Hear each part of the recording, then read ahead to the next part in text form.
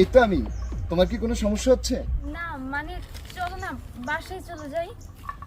এই তো আসলাম, আরো কিছুক্ষণ থাকো। চলো বাসায় চলে যাই, আমার ভালো লাগছে না। আচ্ছা ঠিক আছে, চলো।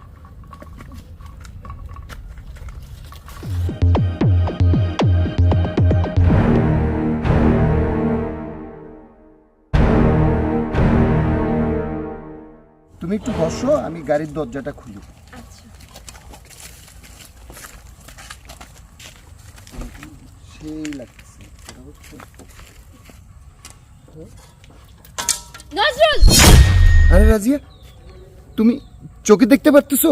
আরে রাজিয়া, আমার তো বিশ্বাসই হচ্ছে না। তুমি চোখে দেখতে পারতেছো? হ্যাঁ আমি চোখে দেখতে পাচ্ছি।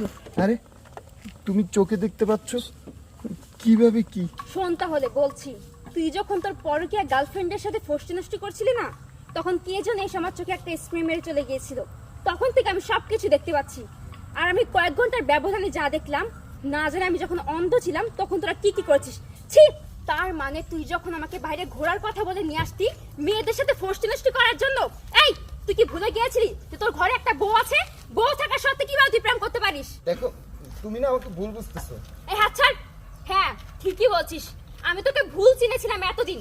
আমি পাগল ছিলাম বলে তোর সাথে সংসার করেছি, না হলে তুই আমার চোখের আলে এত কিছু করে গেছিস। আমি সব চুপ ছিলাম। আজকে আমি আমার চোখে যা দেখলাম, এত কিছু দেখার পর তো আমি তোর সাথে সংসার করতে পারবো না।